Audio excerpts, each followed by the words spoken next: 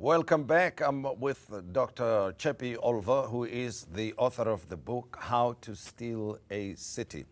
We are continuing our conversation, and we're talking about the cabal that you say you discovered in Nelson Mandela Bay that clustered around one of the top ANC officials there. But now, over the period of time that you were there trying to fix things, you came across some resistance as you were digging your way through that.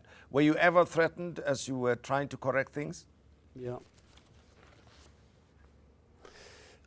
Very definitely. I mean, it got to the point where I had to get a bodyguard, and I had to be very careful about my movements. I never followed a predicted or a planned route. I didn't let people know where I would be at any particular point in time. So, yeah, basic security procedures. And this was occasioned, I mean, we started to cut off all these contracts which were feeding resources into this factional syndicate.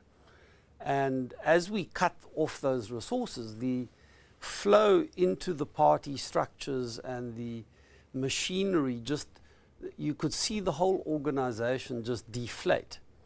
And that made the people that we were acting against absolutely mad. They became extremely fierce in terms of the pushback.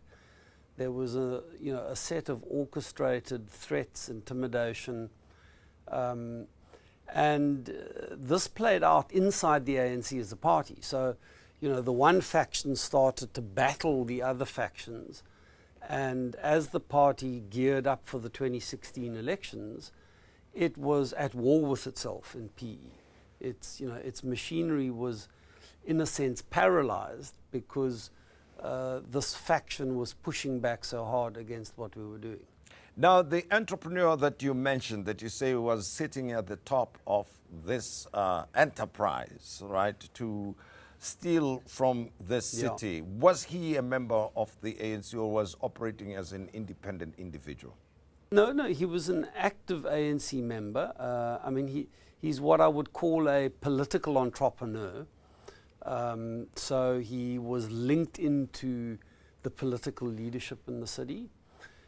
Very bright man. I mean, he had an engineering degree, enormously talented. If you could have applied his talents to actually running government, he would have been a very valuable person to have on the team. Well, but unfortunately, his moral compass was, Yeah, but I suppose, I was just about to say to you that maybe that is the person that should have been put in charge of the city, because he probably understood the ways around the system to the extent that he extracted some money for himself. But Danny Jordan, the president of OSAFA, was then brought in to be mayor. Did he help improve things or assist you in your work of cutting these contracts that were fraudulent and bleeding the city money? Well, very much so. Although you'll recall that at the time Danny was facing this whole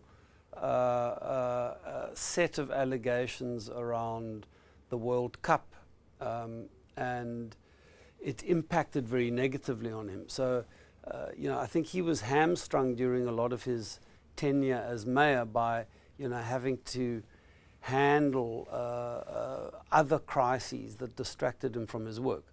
But, he's a tough manager.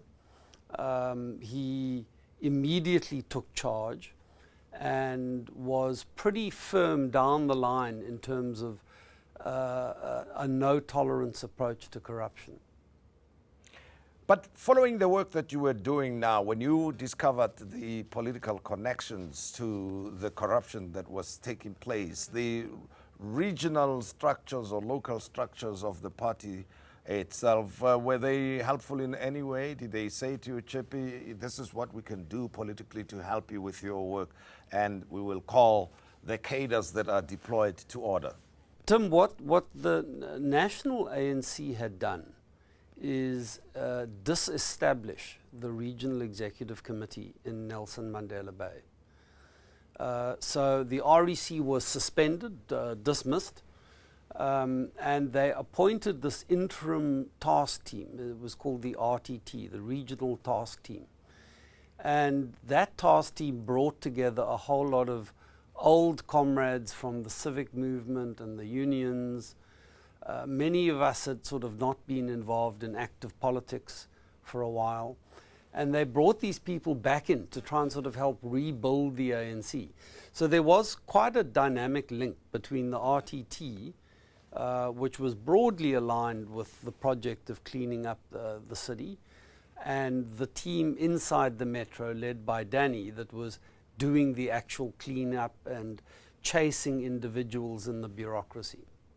But did whatever you uncovered there result or end up with any prosecutions of the individuals concerned? Yeah, there were quite a few cases. Look, our immediate priority was to get the crooks out the administration. So we suspended, we took people through the process of disciplinary cases. Sometimes we reached settlement agreements and just agreed we'd pay them out a month or two if they left. And our objective there was to simply stop the hemorrhage inside the administration. After that, the city then launched a string of civil claims against these individuals for the amounts of monies that they had lost. And I think this was one of the first instances where a municipality was actively pursuing civil claims against people that had looted funds or mismanaged or fraudulently disbursed them. So there are consequences down the line. The criminal justice machinery, I have to say, was pretty weak in Port Elizabeth. The NPA finally did go and arrest a whole lot of people around fraud linked to the stadium. So there have been some, high-profile arrests, and there are a number of cases that are active in the system, and there have been a number of successful prosecutions. So, for instance, the person in supply chain, Soxon Kanjeni, was convicted of a whole string of frauds in the supply chain process. But now, were you able to break the back of those syndicates, and do you think that things have changed for the better now in Nelson Mandela Bay? Yeah, look, we were obviously disrupted by the 2016 elections. So we started a comprehensive cleanup. We got a new city manager in. We got a team of people around him. We almost completely took over the human settlements function with the assistance of the National Minister, Lindy Sisulu. And with that management team in place, I think the Metro then started to get back onto an even keel. Then the ANC lost to the DA in the 2016 elections. But what the incoming DA coalition did was to largely continue that reform process. So they kept the city manager that we'd appointed, this guy Johan Metler, who they've just suspended. So the DA kept him, and I think they were able, Trollop and Metler seem to have been able to establish a modus operandi that respects this interface between politicians and administrators. And for clean, good governance, maintaining that interface and keeping the politicians out of tenders and supply chain decisions and keeping the administration out of politics is absolutely integral to building functional, sustainable institutions. But here's the point, Dr. Olver, and you would know this, that the ANC in one of its old resolutions says that cadres or members should be deployed to all parts of the state, right, in whatever capacity, all the institutions of state. And that has led to the conflation of the party and the state. And you will speak from first-hand experience what this has done to proper governance. And then there's the matter of political party funding. which leads to some people to believe that they should use public resources to fund their own political organizations, as well as the fact that some people join in order to be placed in positions of influence within government. Can you comment to those 3 points and what effect they've had to local government? Cadre deployment in its day, you know, and it was being sort of bandied about in the mid to late 90s, was for the ANC a crucial instrument to transform the apartheid bureaucracy. So they wanted to get broadly progressive, like-minded administrators into the top of the civil service. And I have to say, given the particular context that we had come out of, you needed that almost cleaning out of management and placing people with a progressive sort of post-94 new constitution orientation. The problem is that it has been then extended into a set of political, basically this practice of appointing like-minded political people has now turned into cronyism.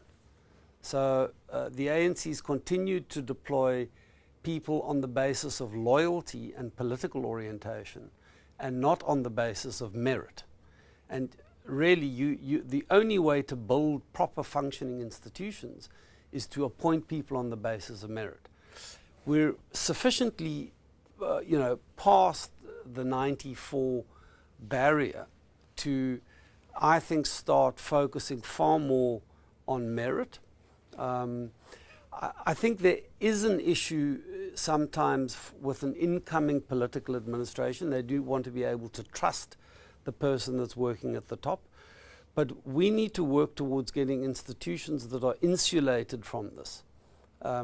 Theoretically, a good administrator can work under any political party. They can take a political program and put it into practice.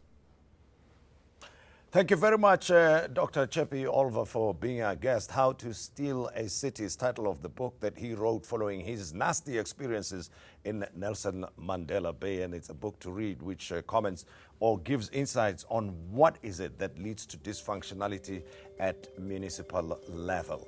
Now, in a short while, we will be looking at the revelations of the state capture inquiry and looking at how it reflects on the Zuma administration.